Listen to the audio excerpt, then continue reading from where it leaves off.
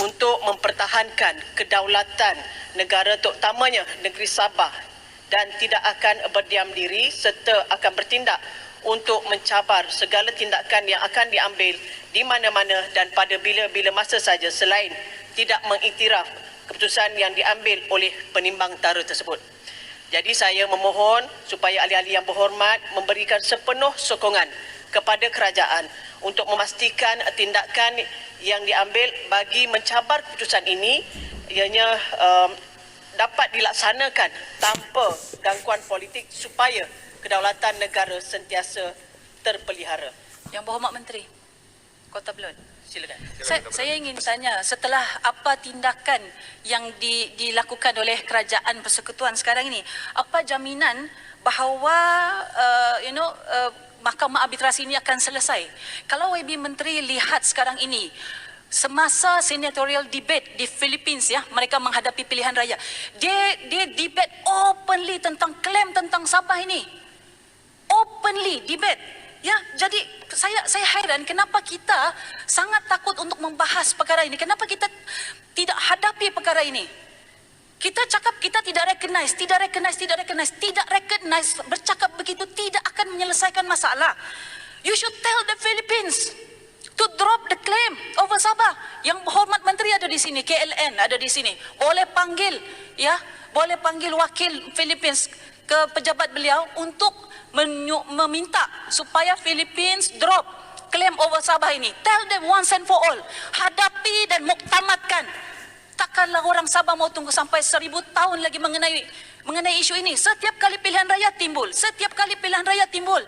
Pada saya, kadang-kadang saya merasa apa? Minyak kami kamu mau, tapi soal keselamatan kamu tidak pula usai. Terima kasih. Okay. Sedikit tambahan Yang Berhormat Menteri. Boleh ya, Menteri?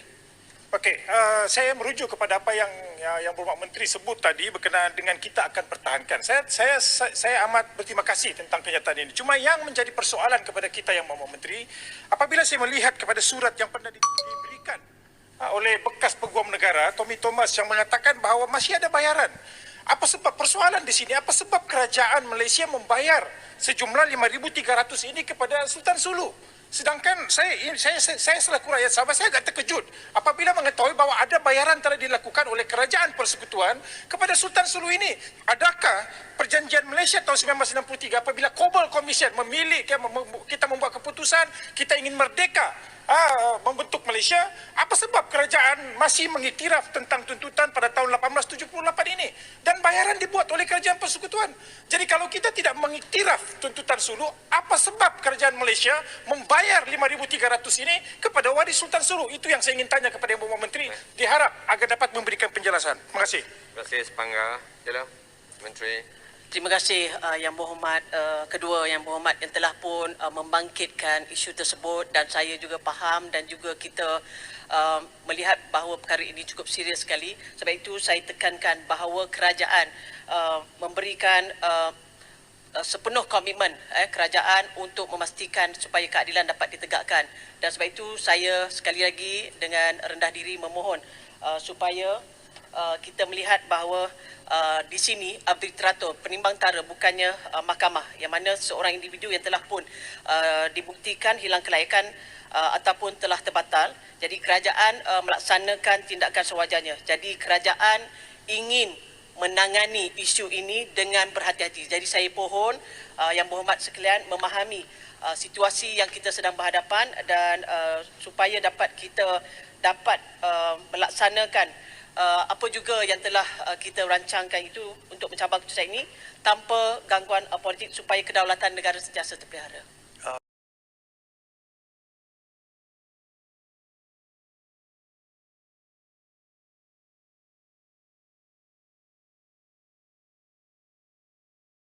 This is the SMNI Senatorial Debate 2022.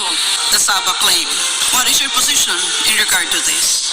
I think we should pursue the claim on Sabah because historically it belongs to us. We should pursue our claim to Sabah. We are the lessor and they are the lessee. We have to pursue the claim of Sabah. The origin of the governments came from Sulu. We need to recognize that Sabah belongs to the territory of the Philippines. You know, we cannot drop our claim with regards to Sabah because by historic right and legal title, that is ours.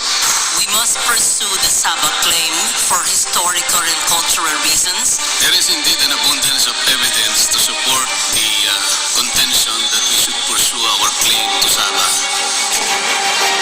Standing Order 31. Berapa? Dengan izin. Standing order berapa? 31, Datuk Speaker. Dengan izin, saya sudah hantar surat kepada Datuk Yang Ketua daripada petang Isnin. Dan lepas itu, di mana permohonan semula meminta izin majlis membawa satu usul untuk membincang dan membahas mengenai keselamatan. Ya? Bukan pasal Azerbaijan, bukan pasal Mahkamah Disiplin, tapi keselamatan, ya, ancaman yang ada. Perkara ini cukup penting dan kita menuntut otonomi kita. Dan perkara ini untuk memastikan supaya keselamatan. Kita tidak mau nanti berlaku, Datuk Speaker, mereka sudah ada duit, jangan nanti tunggu berlaku kejadian-kejadian di bumi Sabah. Keselamatan ini cukup penting walaupun dia dalam perlembagaan, artikel 140137, bidang kuasa ini tertakluk kepada kerajaan persekutuan, tapi ini keselamatan. Saya telah hantar surat, Datuk Speaker, jadi saya minta supaya perkara ini boleh dibahaskan. Surat permohonan usul itu ialah untuk mengusulkan semula yang usul di Peraturan Tetap 23E kurungan 2, mana-mana usul yang ditolak di bawah perenggan 1 tidak boleh dikemukakan dan tidak boleh dibacakan dalam majelis mesyuarat. Maka permohonan itu telah saya tolak. Dan saya sudah sampaikan kepada yang berhormat. Sebenarnya apa yang Datuk Speaker telah sebutkan dalam persidangan yang lalu, iaitu kena masa singkat. Ya, asasnya masa singkat 24 jam. Jadi dari semalam, daripada hari Rabu, hari Selasa, saya telah menunggu apa sebenarnya dia bukan pasal masa yang berhormat. Dia sudah dibentangkan dan ditolak dan dibentangkan semula mengikut peraturan tetap, dia tidak boleh dibentangkan lagi kalau sudah ditolak. Ini bukan oleh kerana asas yang Datuk Speaker telah bagi, masanya tidak cukup 24 jam. Jadi oleh kerana menyatakan tentang perkara itu, dalam handset itu ada jam 11 Datuk Speaker nyatakan. Jadi saya tunggu daripada malam semalam, hari Selasa, hari Rabu dan hari ini hari Khamis, pengakhir kita. Kalau boleh, asas 23E2 yang sudah ditolak tidak boleh dibincangkan lagi, tidak boleh dikemukakan lagi. Irrespective what is the asas penolakan. Dia sudah ditolak, dia tidak boleh dikemukakan lagi dan dibacakan. Tidak, pasal 23E2. Tidak, masa Datuk Speaker sebutkan waktu.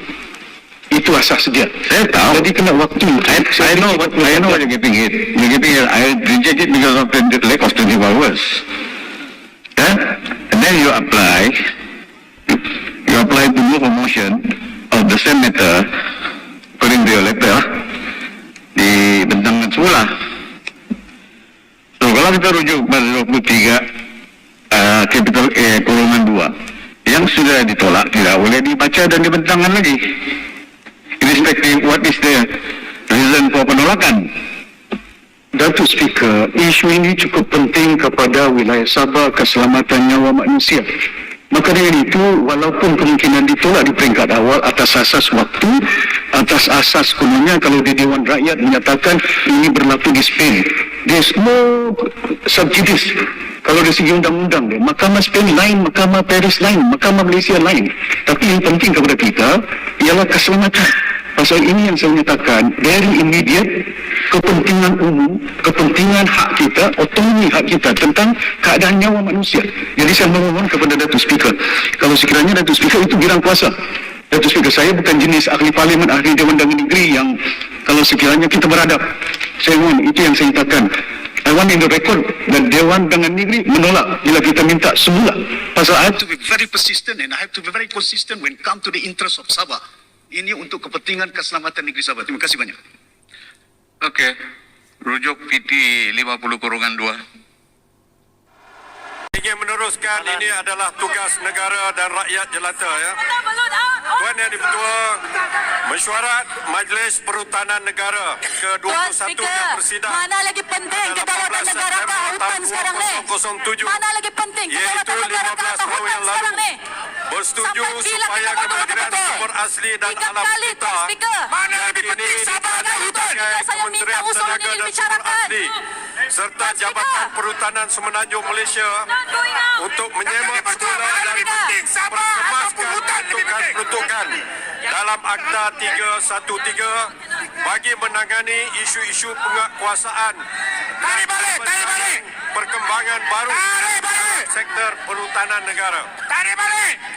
Selaras dengan itu, sesi libat urus pindaan Akta 313 telah diadakan bersama dengan pihak iaitu pihak berkuasa negeri, agensi kerajaan, badan bukan kerajaan dan telah melalui proses Regulatory Impact Assessment RIA yang diselia oleh Perbadanan Produktivitas. Saya harap orang Sabah tengok perangai mereka ini. Pada akhir tahun 2001. Sabah kamu. Bagi saya. Undang-Undang Pindaan Kedaulatan kami pertahankan 1984 telah memenuhi kriteria RIA serta memperoleh regulatory impact. This is my floor. This is my floor. Ini soal Sabah yang Bapak Menteri. With permission, I know the law. Ini soal kedaulatan negara. Standing order, Tuan Speaker. Standing order, Tuan Speaker. Ini soal kedaulatan negara. Telah memenuhi kriteria RIA serta memperoleh kalau minyak Sabah kamu mau dan penyata impak peraturan daripada MPC pada 20 tahun 2020.